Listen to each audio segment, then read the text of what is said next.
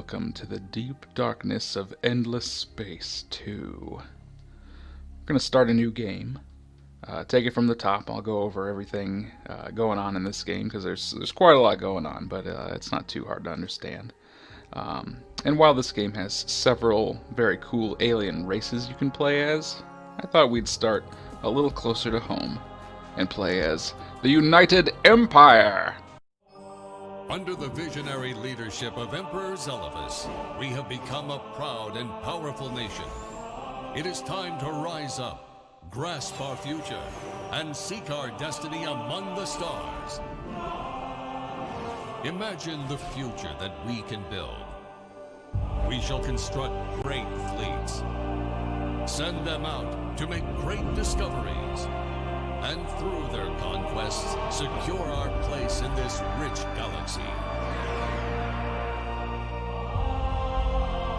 We will discover new sciences and new life. We will greet new peoples and turn them into new patriots. Together, we shall leave our mark on history. For together, we can become anything our hearts desire. Whatever the cost, whatever the effort, let us not shy away from the greatness that is our birthright.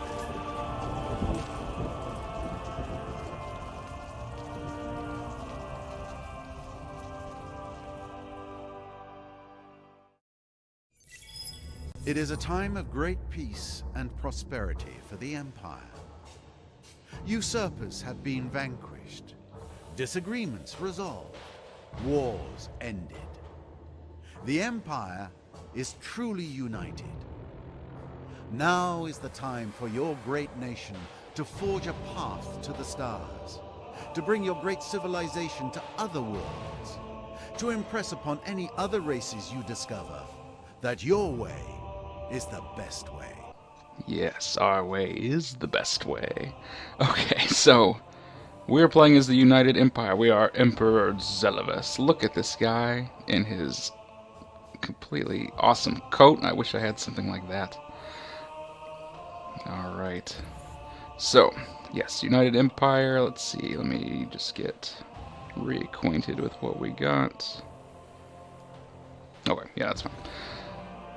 I really love this game. I'm excited to get started here. I tried to do, while I was messing around with stream things on Twitch, I tried to play some of this, but, nobody really got to see it because I was streaming at weird hours, and then this is not a game that a lot of people are searching for on Twitch, which I think is unfortunate because it's really great. But now you get to watch me, so count yourself lucky. So, let me try to explain everything, because you're going to see a lot of numbers and pictures and whatnot, and I'll try to make it as clear as possible. Okay, so in Endless Space, everything is kind of about these systems.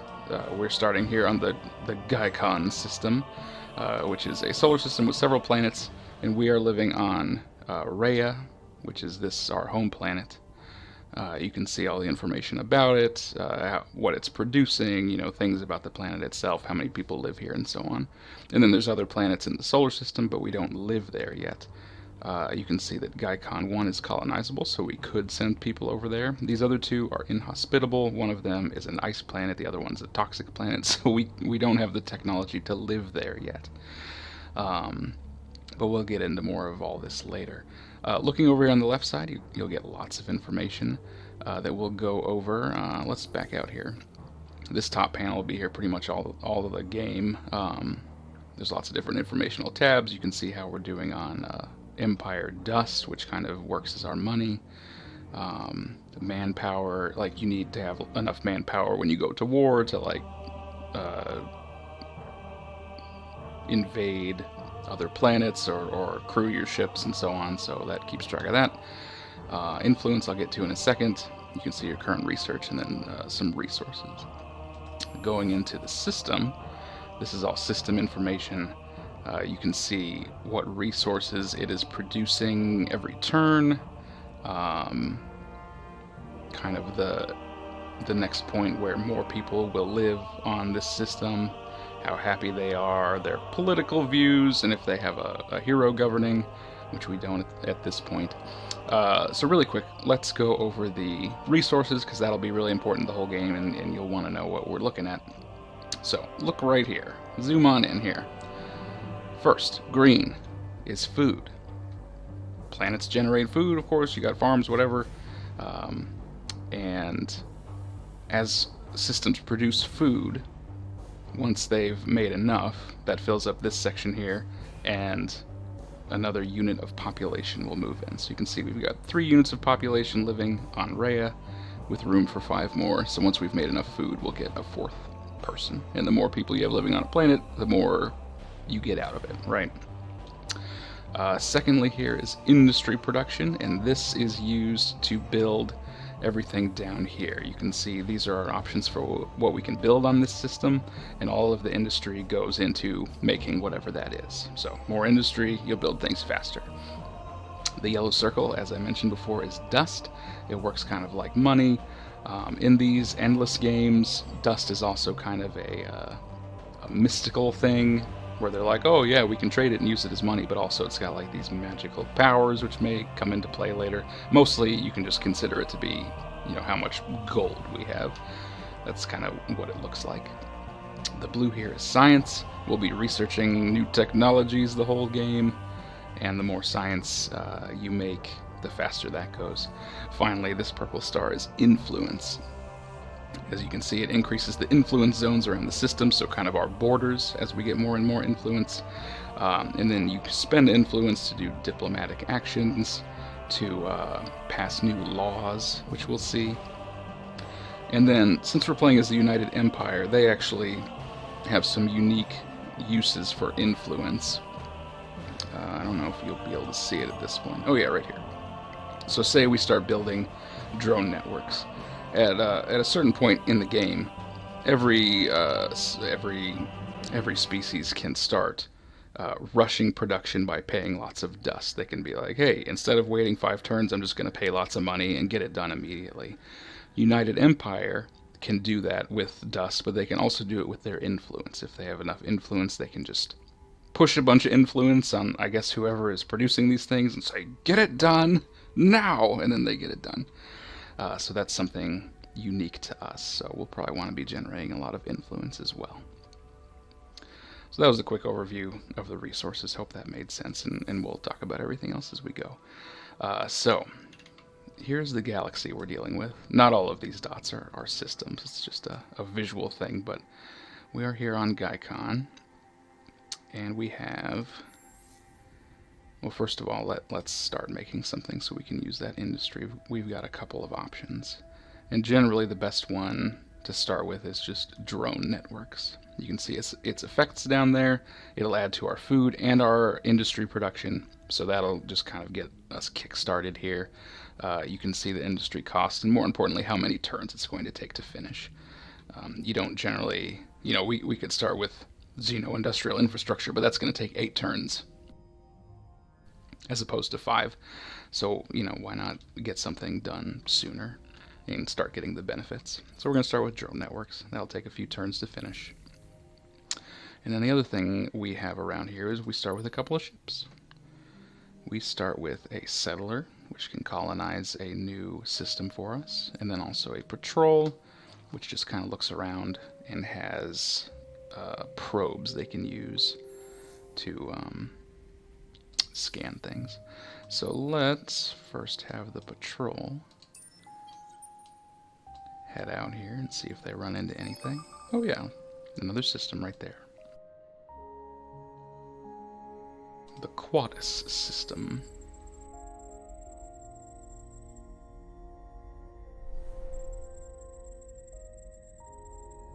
Just 2 planets here, and unfortunately we can't colonize either of them. This one, Quatus 1, does have a curiosity, which we can use one of our scout ship's probes to check out. So let's check that out. Alright. We found some star logs. They gave some experience to our ship, so not super useful at this point, but that's okay. You never know what you might find in a curiosity. It could be like a permanent planet effect. It could be free technology, or some resources. You never know. So it's good to check them out. But not a place we can colonize. Let's have our settler go down this other path.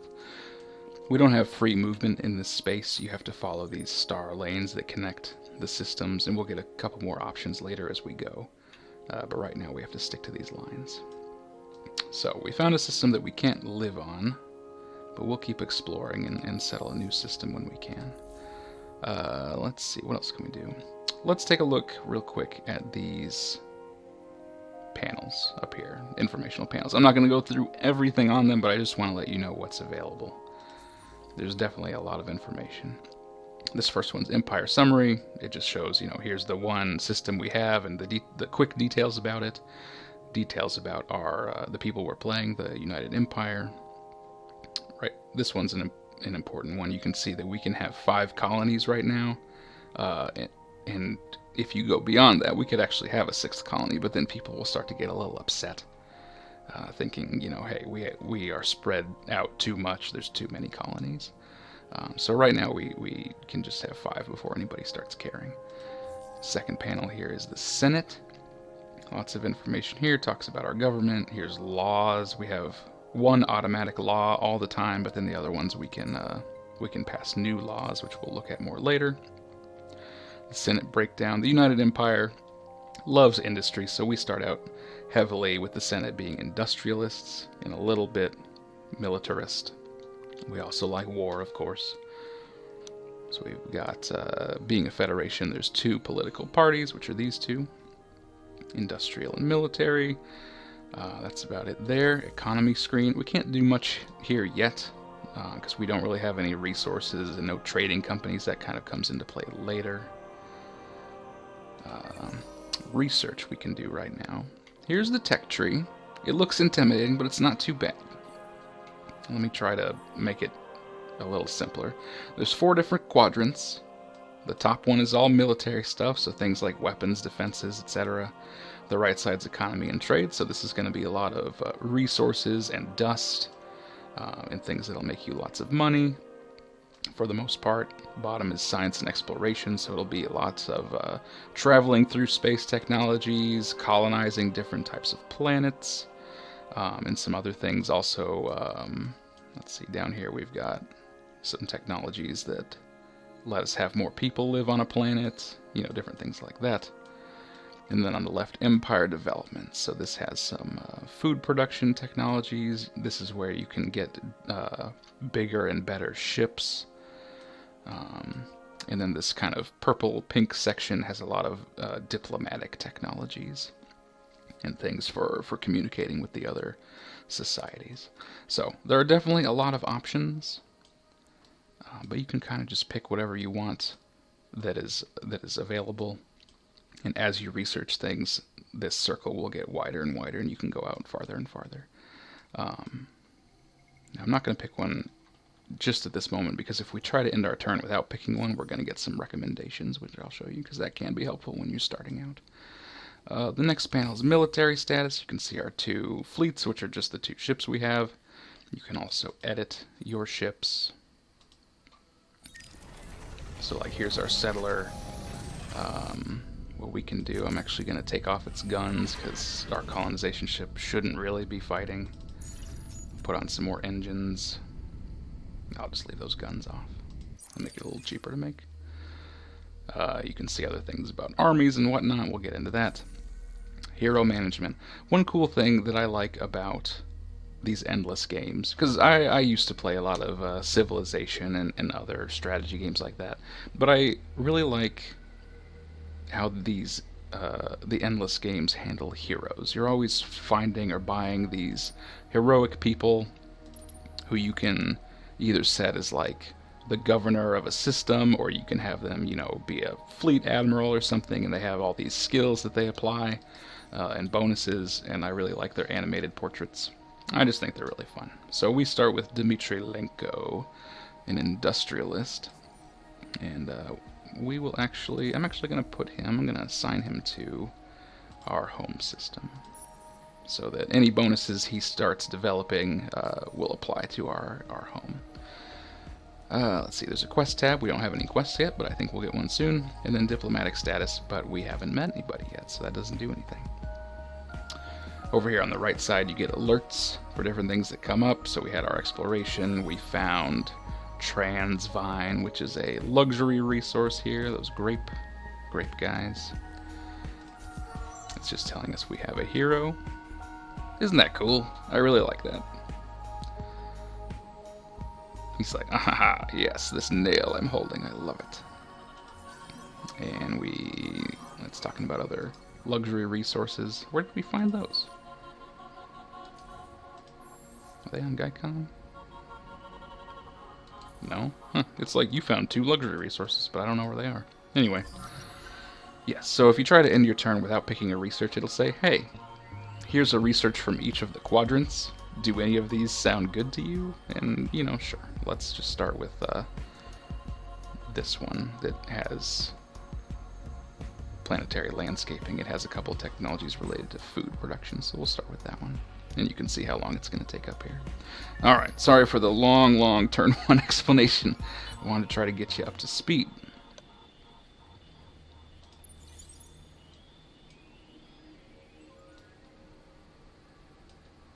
Our ship's heading out. Haven't found anything yet. Nothing actually to do this turn. We're just waiting for everything to finish. I hope I didn't overload you there on the first turn. This game, of course, is pretty complicated when you start. But after you get into it, I actually found it pretty easy to understand after I played for a couple hours. It says we discovered the planet Sahar. Was it just a unique planet?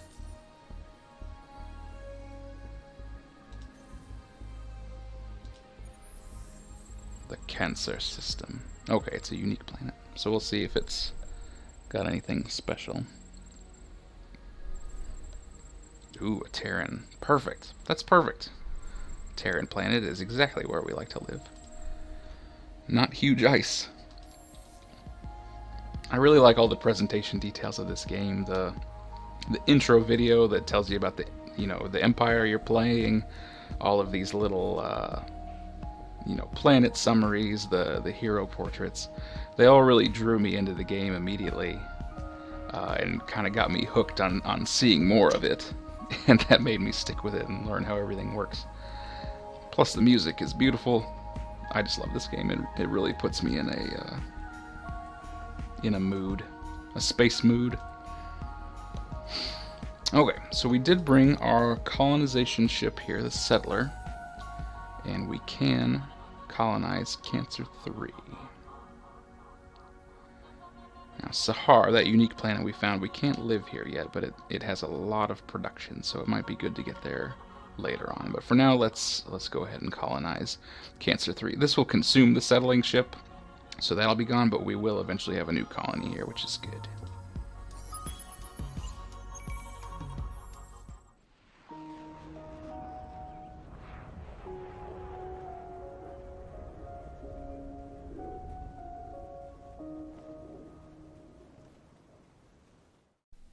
Isn't that beautiful? I love that every time. Okay, so we have started an outpost on that planet. It's not a colony yet. We can't build anything there. Basically, they're starting to build up some people to generate their first population. So that'll take place in 24 turns. We also have a couple of options where we can boost that by like spending dust or influence or something. But that would actually take up all my money right now. So I'm just going to let them sit. You can see it's marked red because we own the planet, but we haven't colonized the system yet.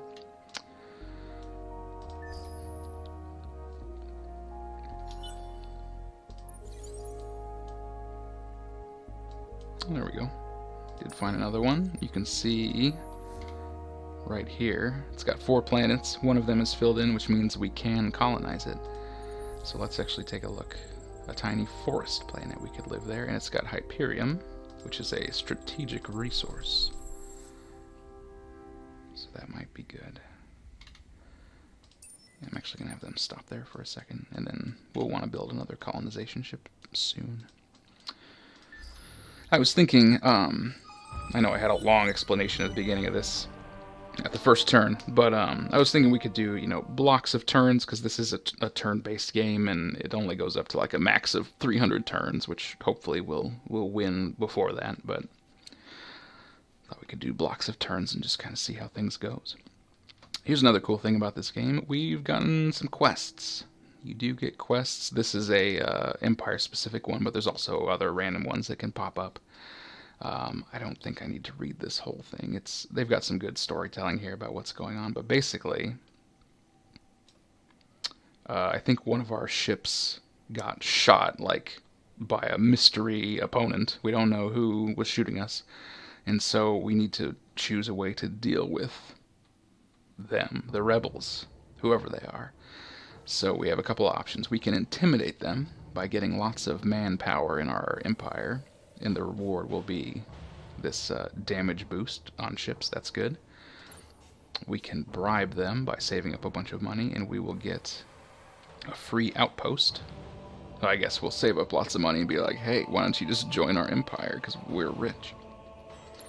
Or we can locate them by searching lots of curiosities, and we'll earn this daily slogan boost, which boosts our food on outposts. So it would make our outposts turn into colonies faster, I think. This time, actually, I've done Intimidate the past couple of times I've done this quest, because Punisher Drives is a nice boost. But I'm actually going to do Bribe this time. So, I've chosen that. Now once we reach 600 dust, we should get a free outpost.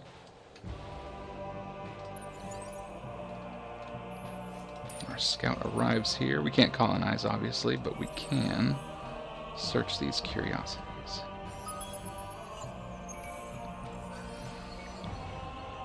We found some blue cap mold. Okay, nice. So once we colonize this planet, we'll start getting these mushrooms. And let's scan another one.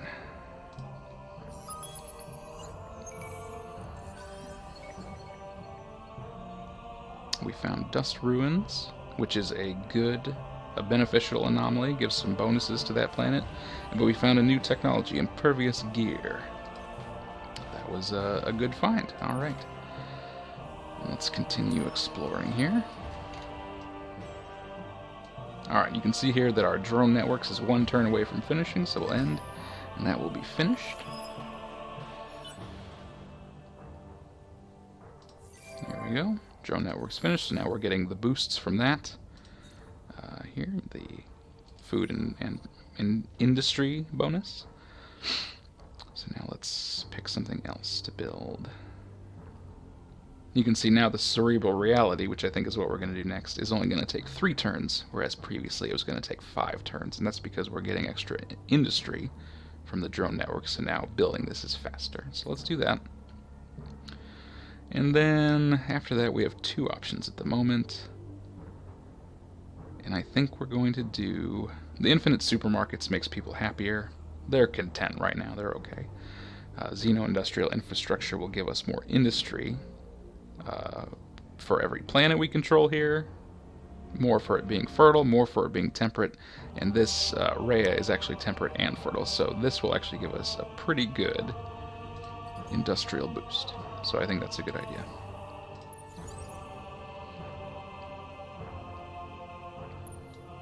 Found another one already. Nothing colonizable though. Just have them keep moving around, looking around.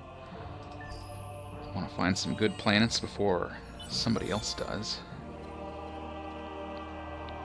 Alright, we finished our research that turn, so now we can build sustainable farms, we can build an intensive cultivation. And what do we want to get next? Good question.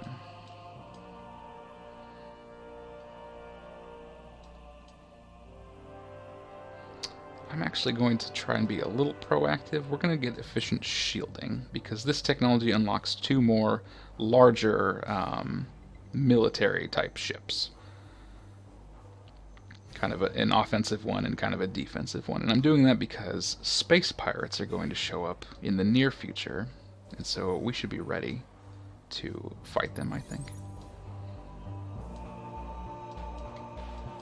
I know they're coming, so we might as well get like an attack fleet ready to go, right? this system, nothing colonizable, but they do have a couple of resources that we could potentially get. Just kind of want to try to map out our area here. And we're coming up on having completed 10 turns, and maybe that's a good place to stop for today. I know I loaded you up on things to think about for next time. Dimitri leveled up by governing well. Good job, Dimitri. We can go to his skill tree, and you can see there's 3 different sections. This green section is always the same for every hero, just kind of universal skills. The orange side here depends on what species the hero is. So all United Empire heroes will have access to these skills, but if you play as, an alien race, they will have different ones. And then every hero has a type. Dimitri is a counselor. There's other types. I don't remember what their names are, but kind of their job or their focus, and that will determine what the blue side is. So since he's governing our home planet, these skills are all kind of either like, this is good if they're governing or if they're a political leader, and then there's other skills that are good if they like fly around and kill people in their ships. So let's see what would be helpful. We could have him boost influence. That's good for us. We can also have him do give more industry and more food on our planets. I think I'm gonna do optimal operations expert. Give our home system an additional industry and food boost just to start, so they can keep growing. And then after that, maybe we'll go down and do an influence boost as well, because that's just good for the Empire. For the Empire!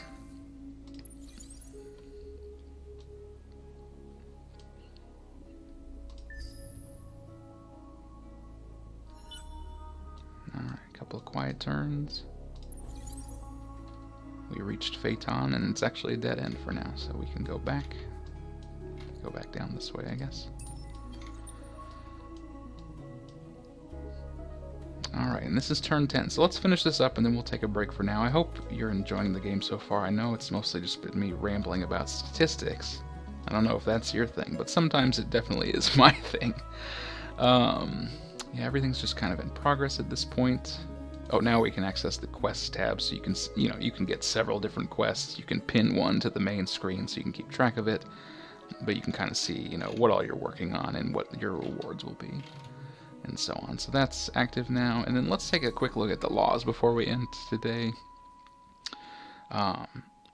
So you always have one active law that is based on your leading political party. So United Empire starts as an industrialist-run Senate. Dimitri is there as well. He's an industrialist. He's kind of their political leader, their main guy. And having the industrialists in control makes you start with dust windfall. So you can see the effect down there in the corner. 10% of all of our industry spent for any construction is converted into dust at the end. So you build something, once you finish it, 10% of the cost turns into money. So that's quite nice. And that's just an industrialist thing. We have room for one more law, and we have a couple of options. You have a couple of general options all the time, which are these white circle ones, and then you get more laws depending on who is in control of your Senate. So, we have the 2 political parties, and we have one law for each of them. So we could pass one more law right now. We could do a dust boost, but make everybody mad because we're taxing them. We could do cram exams, make everybody, more sciencey, smarter, but they're less happy because that sucks. You could do toys for boys, where everyone gets really happy because you give them all toys, but they're less productive. For having the industrialists in the Senate, we could do new colony rule, which makes our outposts grow faster, and they're happier once they finish. That might be nice starting out here. And then lower fleet costs for the militarists, which makes it where building ships costs less. Some of these are free. You can see these white ones have no upkeep, but these political party ones do cost influence per person. So the more population you have, the more they're going to cost you. Right now, we are gaining 9 influence per turn, so I kind of want to pass the new colony rule, which costs 3 influence per turn right now. So let's pass that. Now you can see we're only getting 6 per turn, but that'll start working next turn, and that will speed up our colony on Cancer. And when I'm going to try and colonize Wyrix here, and then we'll get to these other ones later, and that will make them all turn into usable colonies faster. So, yeah, let's finish turn 10 here.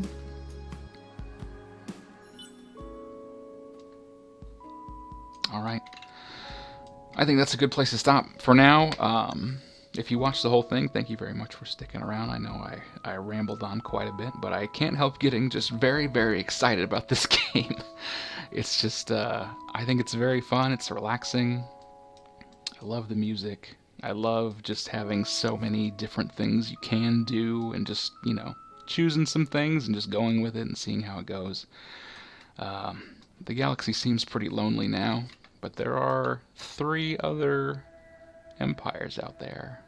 Don't know where, but maybe we'll run into them next time. Thanks for watching, and I hope to see you then.